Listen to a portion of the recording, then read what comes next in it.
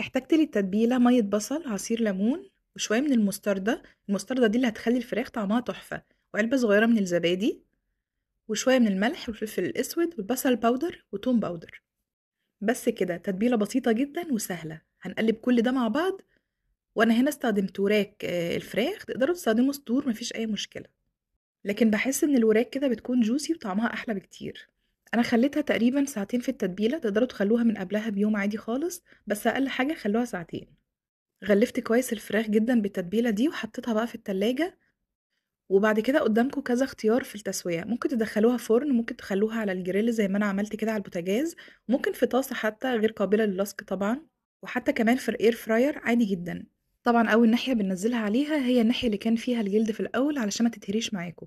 بعد كده كل دقيقتين 3 هنبدأ ان احنا نقلبها على الناحية التانية، وهكذا لغاية لما تستوي تماما وكل المية اللي نزلت منها دي تنشف. اهم حاجة في التسوية دي ما تخلوهاش تاخد لون بزيادة علشان بس طعم المستردة ما يكونش محروق. وبس كده، قدمتها مع رز بسمتي مبهر. هتلاقوا طريقته عندي على البيج، قدموها جنب اي حاجة تحبوها. هستناكوا تجربوها وقولي رأيكم.